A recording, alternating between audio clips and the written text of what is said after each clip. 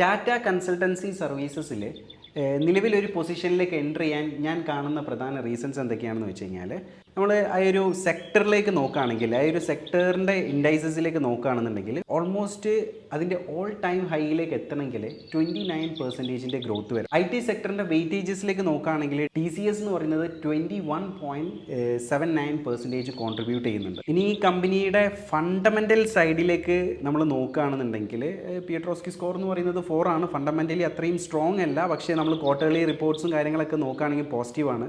1-2 ക്വാർട്ടറും കൂടി നന്നായിട്ട് പെർഫോം ചെയ്യുകയാണെന്നുണ്ടെങ്കിൽ കമ്പനി നല്ല രീതിയിലുള്ള ഒരു മൂവ്മെൻറ്റ് ക്രിയേറ്റ് ചെയ്യുന്നുള്ള കാര്യത്തിൽ സംശയമില്ല.